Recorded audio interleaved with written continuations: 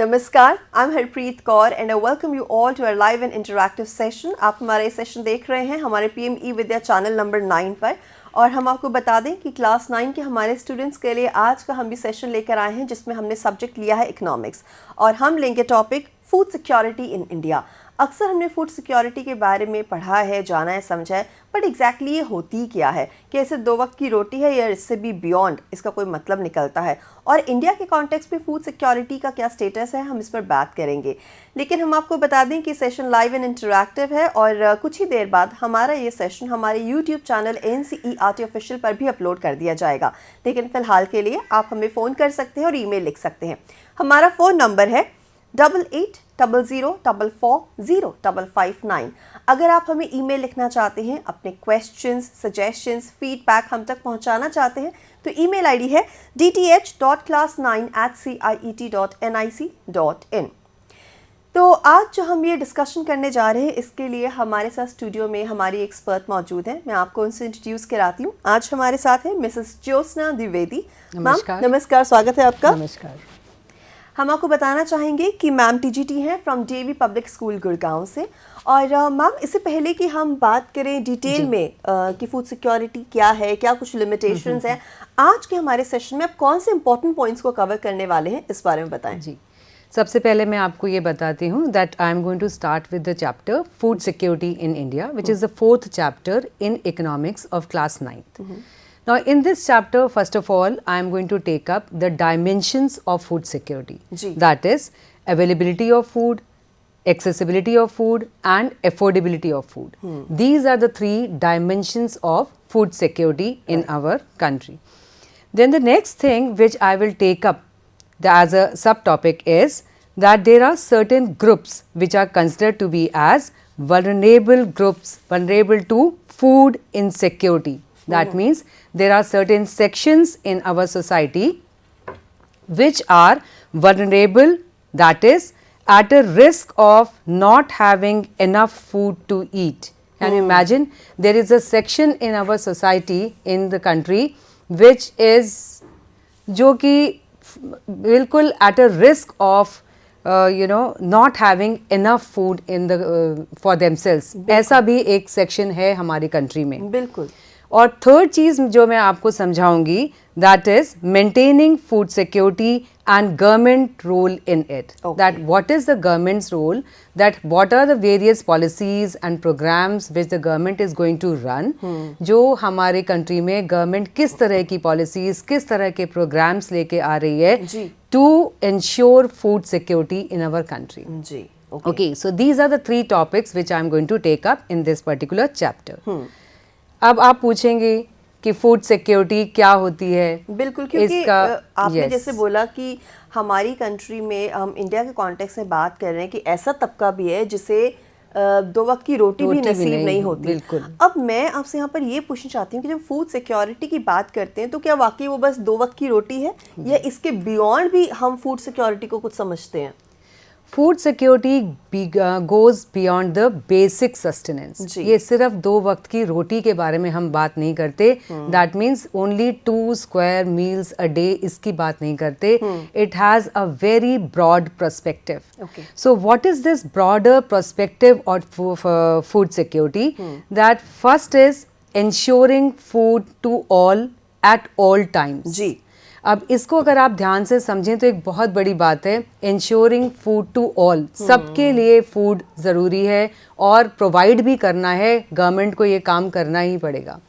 दूसरा, at all times, मतलब कि चाहे वो क्राइसिस हो, चाहे वो कोई कैलामिटी हो, कोई फैमिन हो, किसी भी तरह की सिचुएशन हो, food should be available in the country. This is one surety which the government should give. Okay, ये होती है food security. And second is not only 2 square meal a day, but then nutritional food to be provided to the citizens of the country.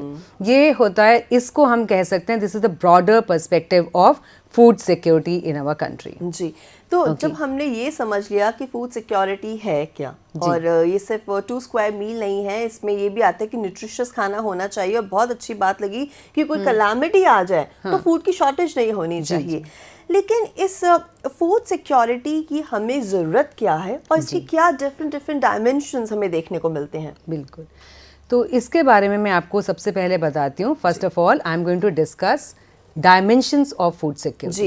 Okay, so the first thing is availability of food security.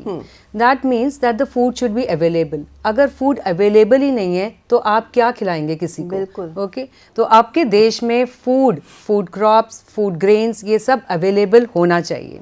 It should be available to the people. Ji. Now having enough food production in our country, granaries should be stocked with food grains. अब ये चाहे आप food productivity बढ़ा दीजिए अपने देश में, उस हिसाब से हो सकता है, और या फिर आप ये कर सकते हैं कि आप हाई इंपोर्ट्स रखें. आपके नेबरिंग कंट्री से या फिर फॉरेन कंट्री से इंपोर्ट्स प्रॉपर आता रहे हमारी कंट्री में. जी. ओके, अगर हमारे कंट्री में प्रॉपर फूड प्रोडक्शन नहीं है तो प्रॉपर वेरी हाई इंपोर्ट्स का ध्यान रखना पड़ेगा, तभी हमारे कंट्री में फूड अवेलेबिलिटी रहेगी. जी. और अगर फूड अवेलेबिलिटी रहेगी, स्टोर्ड स्टॉक्स ऑफ ग्रेनरीज रहेगा, तभी हमारे देश में we can just ensure that yes food security is there. Right. The second dimension of food security is accessibility of food. Now, what is this accessibility of food? This is also a new term. I mean, you know, we used to think sometimes the students, they get confused that what is the difference between availability of food and accessibility of food. So, accessibility is that the food is available within the reach. It is not that the person has to take a train or a bus to reach out to food. Okay, so that will be like extra expenses. उसका तो cost ही बढ़ जाएगा पूरा जी. अगर उसको इतना train पकड़ के और बस पकड़ के फूड सप्लाई करना है अपने घर में. और तभी हम देखते भी हैं कि राशन की जो शॉप्स होती हैं अक्सर हम देखते हैं कि रेजिडेंशियल एरियाज के पास होती हैं और बहुत ही bare मिनिमम डिस्टेंस पर होती हैं. ये आई थिंक एक्सेसिबिलिटी का एक एग्जांपल ये एक्सेसिबिलिटी है. ensuring that food is within the reach of every individual all the times is accessibility of food. Then the third dimension of food security is affordability. Now supposing आपके पास food available भी है और accessible भी है, markets में भी provided है, आपके लोकल शॉप्स में, राशन शॉप्स में फूड अवेलेबल है, एक्सेसिबल भी है, आप जा भी सकते हैं, लेकिन आपके पास पैसा ही नहीं है उसको खरीदने के लिए, तो उस फूड का या उस फूड सिक्योरिटी का क्या फ़ायदा हुआ? ग्रेनरीज जो भरी हुई हैं उसका कोई फ़ायदा नहीं होगा. So the food should be affordable also. Now how it can be done? ये इस तरीके से हो सकता है कि by controlling the price. First of all, if the government controls the price of the food products, then this is possible. Secondly, giving subsidy. Okay, कि जैसे कि आप लो रेट्स में लोगों को राशन शॉप्स पे सामान बेचें, स्पेशली पुअर लोगों को या ऐसे लोग जो कि कैजुअल वर्कर्स हैं, इनको लो रेट्स पे अगर सामान मिले तो वो खरीद सकते हैं. That is affordability, right? And then next is what the government can actually do is that increasing the buying capacity of a person. अगर मेरी buying capacity ही बढ़ जाए तो अगर सामान महंगा भी है तो मैं उसको खरीद सकती हूँ.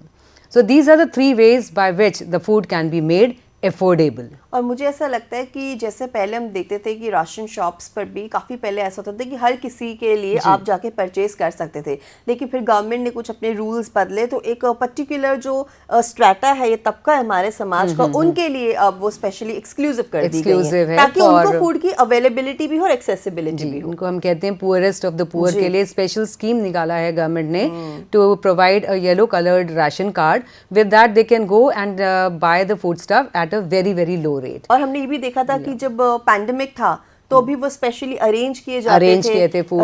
That is accessibility, availability and affordability of food. तीनों चीजों का ध्यान रखा था गवर्नमेंट ने उस टाइम पे हमें फूड प्रोवाइड करने के लिए. So these are the three dimensions of the food security which are very important for the food security of the country. जी. Now next, अब हम इसको कह सकते हैं, अगर हम इसको sum up करें तो conditions for food security क्या होता है? So the conditions for the food security is sufficient supply of the food, accessibility of the food and purchasing power of the people. जी. Okay, purchasing power ये भी बहुत high होना चाहिए. बिल्कुल. Now the question which might arise is that why do we need food ज़रूरत security, क्या है, हमें right. इसकी ज़रूरत ही क्या है, हमें क्यों फूड सिक्योरिटी करना है, इसकी ज़रूरत क्या है. सो नाउ हियर जी. for that reason the first thing which comes to our mind is the growing population. Pehla reason is growing population. India has got 1.3 billion people which require a very robust, strong food security system. अगर strong food security system नहीं होगा तो इतनी बड़ी जनता को which is again growing, you know, it is growing at a very alarming rate. Yes. So we have to, and the government will have to take measures to provide certain kinds of the methods and policies to provide food to people. जी. Okay. अब second है calamities, crisis. तो अब आप बताइए crisis की situation कुछ आपके दिमाग में आता है? अगर मैं क्राइसिस की बात बोलूं तो क्या आपके दिमाग में आता है? जी, जैसे कभी फ्लड्स आ गए जी, और कुछ टेररिस्ट एक्टिविटीज हो गई, या फिर कंट्रीज के बीच में क्रॉस बॉर्डर एक वॉर हो गया, अर्थक्वेक आ गए, सुनामीज आ गई. तो ऐसी कैलामिटी की सिचुएशन में जब ट्रांसपोर्ट भी हमें अवेलेबल नहीं हो पाता है फ्रीली, तब देखिए कोरोना टाइम में बिल्कुल अब आप देख सकते हैं कि क्या हालत हो गई थी कंट्री की. फूड प्रोवाइड करना ही गवर्नमेंट के लिए एक बहुत बड़ा काम हो गया था. It was a challenge, it was a responsibility of the government to provide food to all. So here I'll just discuss the situation of calamity with you. Okay, in this, during the natural disaster, when calamities occur, जैसे कि any kind of crisis we may talk about, like you were saying right now, floods, tsunami, etc. This leads to shortage of food. अब आप connectivity देखिए, जब food shortage हो जाता है, growth of the food production कम हो जाता है, शॉर्टेज ऑफ फूड हो गया तो अपने आप प्राइसेस हाई हो जाते हैं. So when the prices are high then one set of the people, one strata of the people are not able to afford food during that time. Okay, that is the situation which is considered to be as a very very crucial situation. How to provide food and make it affordable to the people at that time, during the time of crisis and calamity. Now just imagine a situation if this kind of a period prolongs for 1 year, 2 years, and not only that it is restricted to one particular state, एक particular state में restricted नहीं है, ये पूरे से North India में फैल गया है, and some kind of calamity is there or epidemic is there which is spread up at a very large area. अब ऐसी situation में तो आप कैसे फूड प्रोवाइड करेंगे जब फूड शॉर्टेज है, प्रोडक्टिविटी हो नहीं रही है, पैसा लोगों के पास है नहीं, जॉब्स चले गए हैं. तो ऐसी सिचुएशन में फूड सिक्योरिटी की बहुत ज़्यादा ज़रूरत होती है. और इस तरह की प्रोलॉन्ग्ड जो सिचुएशन होती है, this leads to famine kind starvation deaths. बहुत ही क्रूशियल कंडीशन हो जाती है कंट्री की.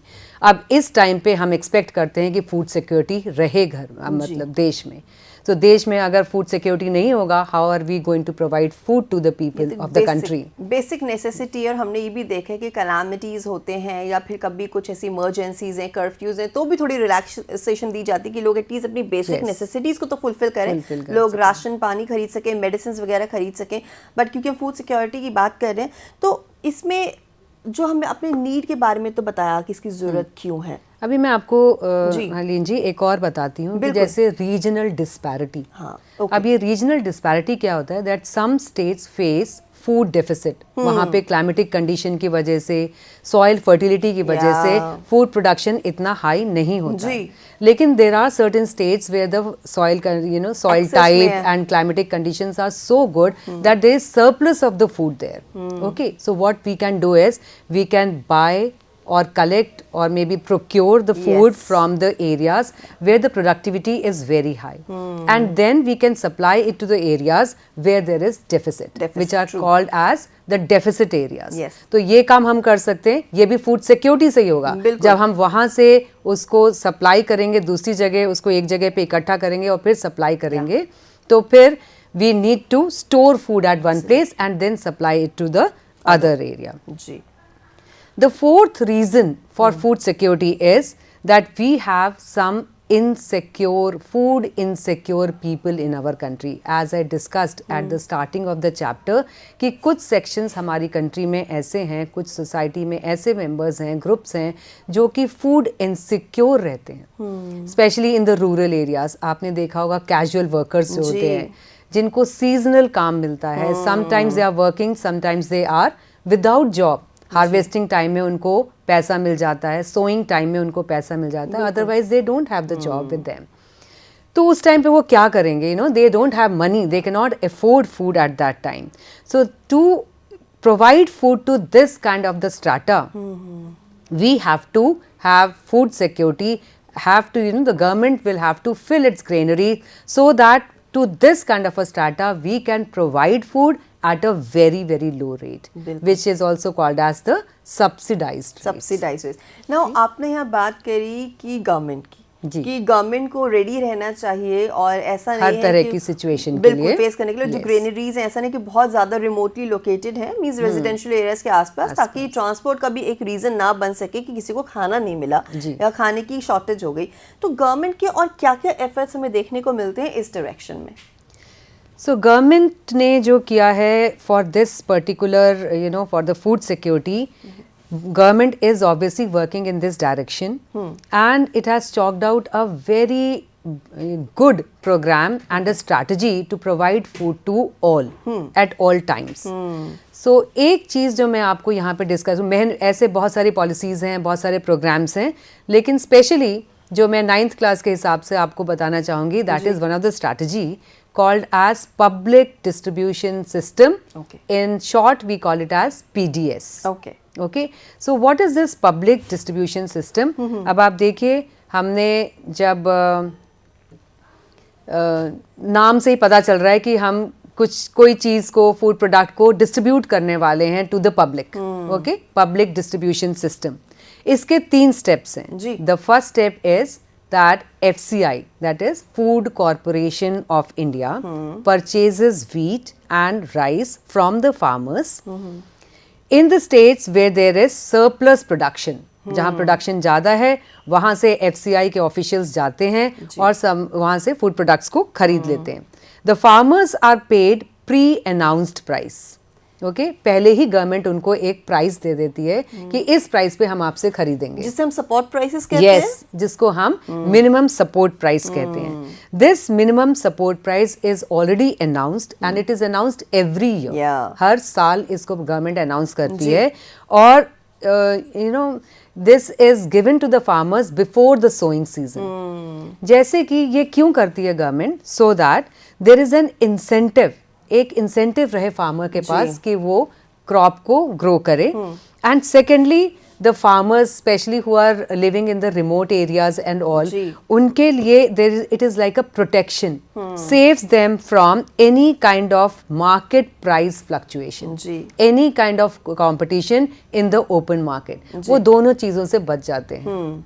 ओके, सो ये तो फर्स्ट स्टेप हुआ। और इसके बाद, क्योंकि आपने ये तो बहुत अच्छे से बताया, क्योंकि समय भी हमारे पास बहुत कम है, आप इसमें कुछ अगर और भी ऐड करना चाहें, लेकिन उससे पहले क्योंकि हम गवर्नमेंट की बात कर रहे हैं तो मुझे ग्रीन रेवोल्यूशन भी याद आता है कि उस टाइम पर भी हमारे पास इतनी शॉर्टेज हो गई थी, हमारे साइंटिस्ट ने बहुत मेहनत करी और बहुत सारा हम क्रॉप्स उगाने में भी सफल हुए थे।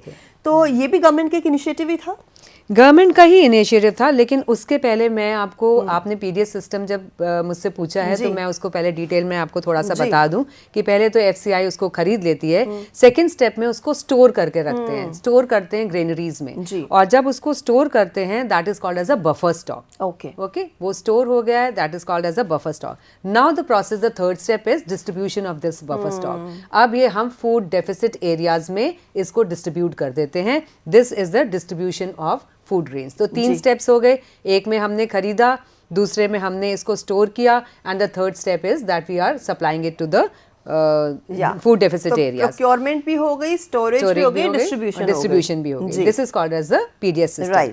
और ग्रीन रेवोल्यूशन में it was a step taken by the government for you know, a new kind of technology was introduced in agricultural sector in which HYV seeds were used. That is high yielding variety of seeds. Okay, so these seeds, they promised greater amount of production from a single crop. Okay तो एक ही crop में से इतना कुछ हमें मिलने वाला था और कंट्री की प्रोडक्टिविटी हाई होने वाली थी, हाई यील्ड। तो जब हमारे पास अवेलेबिलिटी ऑफ द फूड रहेगा तो हम सप्लाई भी कर पाएंगे। This was the best idea of the time. जी, अब हमारे पास ये पीडीएस सिस्टम भी है, फिर भी एक टर्म हम सुनते हैं कोऑपरेटिव सोसाइटीज। अब ये क्या होती हैं और क्यों होती हैं? जी, बहुत अच्छा क्वेश्चन पूछा आपने। Cooperatives are an organization controlled by people to meet their economic needs. तो ये एक jointly owned business इस तरीके की चीज होती है जो कि बहुत ज्यादा प्रॉफिट की तरफ उनका ध्यान नहीं रहता है। So these cooperatives they control the prices, बहुत ही लो प्राइस पे ये सामान बेचते हैं और पुअर लोगों के लिए, फॉर गरीब लोगों के लिए बहुत आसान रहता है वहाँ से सस्ते दामों पे सामान खरीदना। लेकिन थोड़ा सा ये है कि रीजनल सक्सेस इसकी सिर्फ हमारी साउथ इंडिया में और वेस्टर्न पार्ट ऑफ इंडिया में ही है। और इसमें कुछ ऐसा भी होता है शायद कि मेंबर होना पड़ता है। जी, मेंबर होना पड़ता है। अगर मैं इसके एग्जाम्पल आपको बताऊंगी तो आप हैरान रह जाएंगी। Amul is a cooperative, Lijjat papad is a cooperative, and then Mother Dairy that is also cooperative. देखिए कितने लो प्राइस पे डेयरी प्रोडक्ट्स हमें मिलते हैं और it is available at every place. तो ये तो बहुत ही बेस्ट एग्जाम्पल है कि कोऑपरेटिव सोसाइटीज ने ना सिर्फ अपनी कम्युनिटी और सोसाइटीज की नीड्स को फुलफिल किया बल्कि देश में भी जगह जगह वो डिस्ट्रीब्यूशन कर पा रहे हैं। जी, आपको हैरानी होगी, अमूल सिर्फ देश में नहीं है, आउट ऑफ द कंट्री भी है। लंदन में भी बिकता है और मिडिल ईस्ट में भी बिकते हैं अमूल के products and people love it. New information है। चीज और मिल्क प्रोडक्ट्स वहाँ पे भी बिकते हैं। जी, तो हम कह सकते हैं कि हमारा जो भारत का जो खाद्य पदार्थ है उसको बाहर भेजा जा रहा है और उसको एमएनसी की तरह काम कर रहा है, ये प्रॉफिट अर्निंग हो चुका है। तो मुझे लगता है एमएनसी इसको टैग दे देना चाहिए, कोऑपरेटिव सोसाइटी से तो बहुत आगे निकल गया। जी, अब समय हमारे पास थोड़ा कम रह गया तो एक आखिरी सवाल मैं आपसे पूछना चाहूंगी कि हमने इतनी सारी बात कर ली कि फूड सिक्योरिटी को हमने समझ लिया, इसकी जरूरत को समझ लिया और फूड सिक्योरिटी कैसे इंश्योर हो इसके बारे में सरकार के हमने एफर्ट्स भी देख लिए। फिर भी हम देखते हैं कि आज भी, चाहे आपने बोला कि डेफिसिट एरियाज को जहाँ पे एक्सेस प्रोडक्शन है वहां से भी जा रहा है, फिर भी आज भी लोग भूखे रह जाते हैं। आज भी लोगों को 2 वक्त की रोटी, 1 वक्त का मील भी नहीं मिल पाता। मिल भी पाता है तो उसमें वो न्यूट्रिशन नहीं मिल पाता। तो ये फिर क्यों हो रहा है? प्लस मैं ये भी देखती हूँ आए दिन हम ऐसा सुनते भी हैं कि फूड जो है वो उसकी क्वालिटी खराब हो गई, स्टोर्ड फूड। तो ये ऐसा क्यों होता है? इसमें ये हम लोग कह सकते हैं कि हमारे पीडीएस सिस्टम में थोड़ी सी लिमिटेशंस हैं, थोड़ा सा नेगेटिव भी है जिसको कि कंट्रोल करना बहुत ज़रूरी है।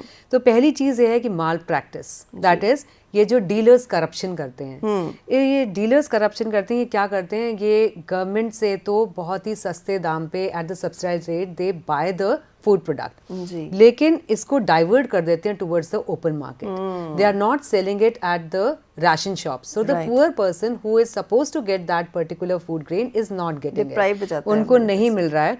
And actually what is happening is a very poor quality of the food grain is being sold at the ration shop.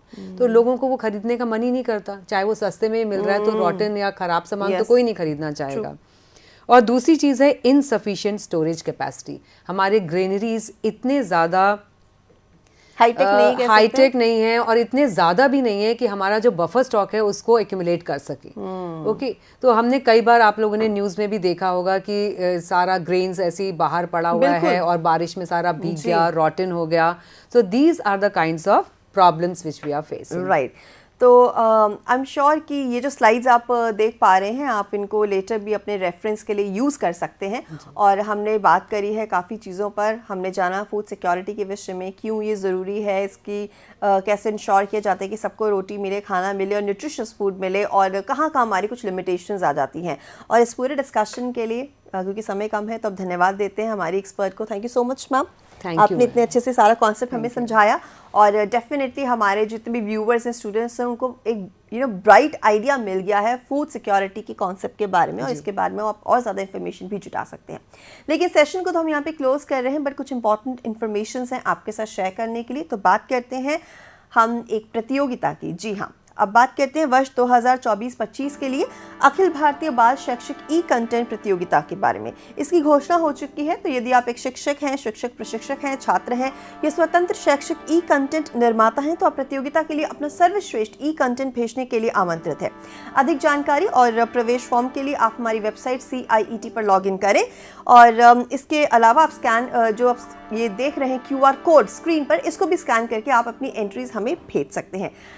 आखिरी तारीख है 31 दिसंबर 2024।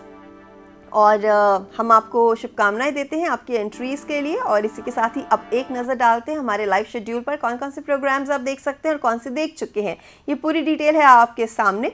तो अब से कुछ ही देर में आप देखेंगे हमारा अगला सेशन, और ये सेशन आप देखेंगे जो कि साइंस विषय पर होगा। और इसके बाद आप साइमल्टेनियसली हमारा परिचर्चा सेशन भी देख पा रहे हैं यूट्यूब चैनल NCERT ऑफिशियल पर। 5 बजे सहयोग हम सेशन आपके लिए प्रेजेंट करेंगे, और 5:30 बजे का समय रहेगा स्कूल लीडरशिप एंड डेवलपमेंट पर हमारे सेशन NCSL का, जो कि नीपा द्वारा ऑर्गेनाइज किया जाता है इन कोलैबोरेशन विद NCERT। इसके साथ ही मैं हरप्रीत कौर अब इस सेशन से आपसे लेती हूँ अनुमति, लेकिन आप हमारे साथ जुड़े रहिए हमारे बाकी के एजुकेशनल प्रोग्राम्स के लिए। नमस्कार।